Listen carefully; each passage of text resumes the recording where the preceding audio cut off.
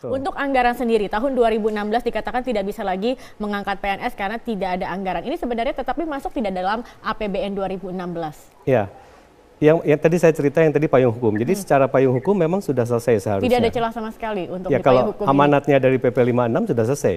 Dan 2014 juga keluar Undang-Undang ASN. Jadi dalam Undang-Undang ASN amanatnya adalah tidak ada pengangkatan otomatis. Harus melalui pengangkatan CPNS maupun pegawai pemerintah dengan perjanjian kerja itu harus melalui seleksi, gitu ya. Dan seleksi ini harus diketahui oleh umum. Okay. Nah, ketika kita bicara anggaran, tentu saja bahwa kita pun harus melihat secara realistis, kan gitu. Artinya anggaran itu tidak ada dari kementeriannya atau dicoret dari DPR? Saya tidak tahu masalah dicoret apa tidak, tapi bahwa artinya tenaga honorer kan tersebar ada di seluruh instansi, baik pemerintah pusat maupun pemerintah daerah. Nah, ketika bicara kita di pemerintah daerah misalnya, ada sekitar 224 kabupaten kota yang belanja pegawainya saat ini sudah melebihi 60%.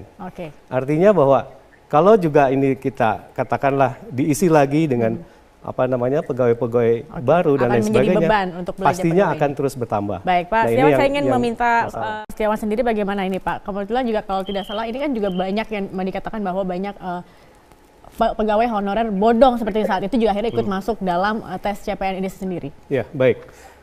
Jadi yang pertama, kita sebetulnya sudah cukup keras gitu ya, bahwa seluruh pejabat pembina kepegawaian, dalam hal ini mungkin bupati, wali kota, gubernur, bahkan menteri, harus melampirkan surat pernyataan tanggung jawab mutlak. Artinya tidak ada pengawasan langsung dari Kementerian Pan-RB sendiri, tidak ada langsung pengawasan langsung seperti itu untuk hal ini? Ya, kita kan ada BKN, gitu ya, ada Badan Kepegawaian Negara yang juga memverifikasi hal itu.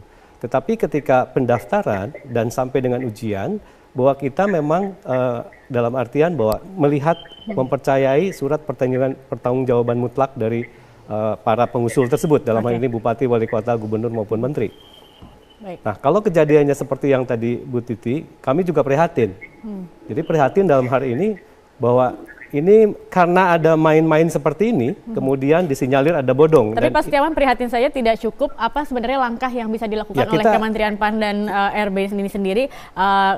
Katakanlah misalkan dimasukkan sebagai PPPK seperti itu atau ada hal lain. Sudahkah duduk juga bersama dengan Komisi 2 dan juga mungkin dari perwakilan Forum Honorer K2 Indonesia ini sendiri? Ya, kita harus selesaikan masalah ini dulu. Kalau memang itu bodong dan terbukti bodong, tentu saja walaupun sudah ditetapkan kita bisa batalkan.